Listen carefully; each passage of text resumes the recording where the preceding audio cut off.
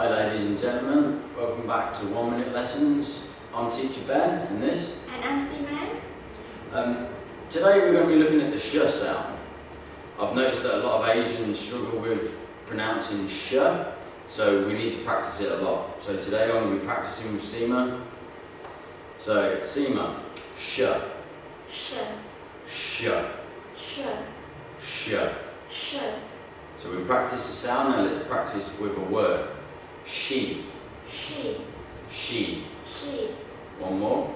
Shop, Shop, shop. shop. Shower, Shower, shower. shower. Yes, very good.